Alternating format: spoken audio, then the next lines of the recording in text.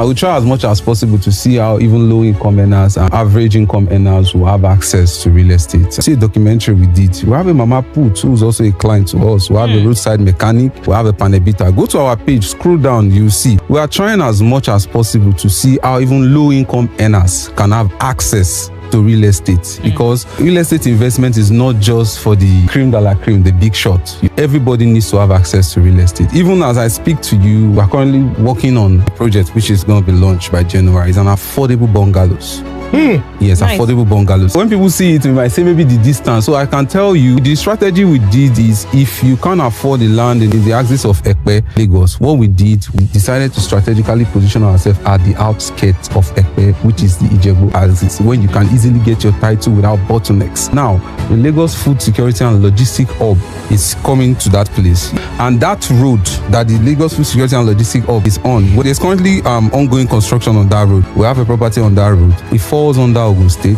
but not in Lagos State. We're actually working on building a bungalow there. We've processed our title and we are currently at the building plan approval stage. We are also of the opinion that when you invest in real estate, it's not just about owning houses. Or when you buy land, you don't leave your land lying fallow. You need to create cash flow from that land. That's why we decided to use an innovative way of going into agriculture. And the reason why we even did the 150 thing you always talk about is still for people to be able to afford. The 150 is not the actual figure of the property, but it's an initial deposit. I've had series of people who contacted me personally and say, I want to invest, No, we are selling lands to you.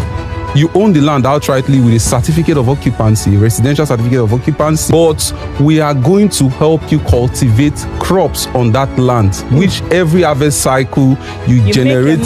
And while you wait for value to appreciate. And also, it's not just a farm. We're also working on building a resort there too, Rockview Farms and Resort. That location is where you have the Sokoto-Badagry Expressway, which is going to pass through your state. That's number one advantage. Number two, in the world, we have two suspended lakes. One is in the United States, Colorado, and the only one in Africa is in that community, Ado Hawaii in Oyo State. And number three, you also have the largest cassava to sorbitol processing plant of the whole of Africa. Every toothpaste you use is like a sweetener. It's in a toothpaste, your lager beer. They use it for syrup. Cassava industry is very large. Cassava contributes 45% to Nigeria agricultural GDP. World estimate of cassava is over $200 and something billion.